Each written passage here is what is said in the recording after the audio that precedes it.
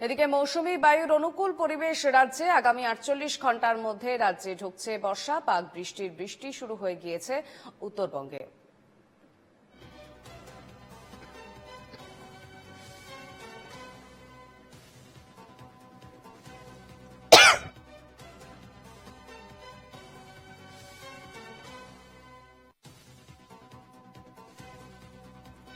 আগামী 48 ঘন্টার মধ্যে রাজ্যে বর্ষা ঢুকছে এবং তারই মধ্যে একেবারে প্রাক বর্ষার বৃষ্টি শুরু হয়ে গিয়েছে উত্তরবঙ্গে। আমাদের সঙ্গে সরাসরি রয়েছেন আমাদের প্রতিনিধি পৃথা দাশগুপ্ত।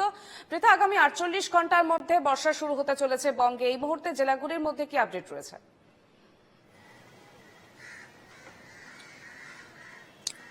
দেখো, আগামী 48 ঘন্টার মধ্যে বঙ্গে প্রবেশ করছে বর্ষা। আমরা জানি যে এবছর বেশ খানিকটা নির্ধারিত সময়ের আগেই বর্ষা প্রবেশ করেছে কেরলে।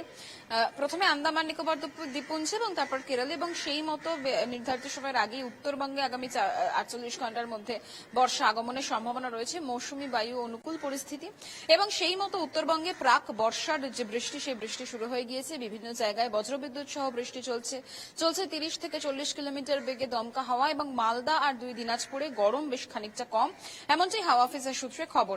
পাশাপাশি বঙ্গোপসাগরের উপরে একটি নিম্নচাপ সৃষ্টি হওয়ার একটা প্রবল সম্ভাবনা তৈরি হয়েছে। দক্ষিণবঙ্গে সকাল থেকে গুমোট থাকলেও মেঘলা আকাশ, কখনো কখনো রোদের ঝলকানি দেখা যাচ্ছে। তবে যেটা জানা যাচ্ছে, দক্ষিণবঙ্গেও আজকে 5 জেলার ক্ষেত্রে বেশি বৃষ্টির সম্ভাবনা, এবং সামগ্রিকভাবে দক্ষিণবঙ্গে ঝড় বৃষ্টির সম্ভাবনা রয়েছে। 30 থেকে 40 কিলোমিটার বেগে দমকা বাতাস বইতে পারে, আর তার জেরে স্বাভাবিকের কাছেই তাপমাত্রাতে পারদ থাকবে, এমনটা জানা যাচ্ছে। উত্তরবঙ্গে নির্ধারিত সময়ের আগে, অর্থাৎ 48 ঘন্টার মধ্যে যদি বর্ষা প্রবেশ করে, সেক্ষেত্রে দক্ষিণবঙ্গেও একইভাবে নির্ধারিত সময়ের আগেই বর্ষা প্রবেশ করার সম্ভাবনা রয়েছে। তার কারণ মৌসুমী বায়ু অনুকূল পরিস্থিতি, এবং দক্ষিণবঙ্গের ক্ষেত্রে পুরুলিয়া, বাঁকুড়া, বর্ধমান, সামগ্রিকভাবে 2 বঙ্গেই বৃষ্টির পূর্বাভাস, এমনটাই জানাচ্ছে হাওয়া অফিস। বেশ, ধন্যবাদ পৃথা। আগামী 48 ঘন্টার মধ্যে রাজ্যে বর্ষা ঢুকছে। পাক বর্ষার বৃষ্টি শুরু উত্তরবঙ্গে। বঙ্গোপসাগরে নিম্নচাপ তৈরির সম্ভাবনা এবং দক্ষিণবঙ্গের সব জেলাতেই রয়েছে ঝড় বৃষ্টির পূর্বাভাস।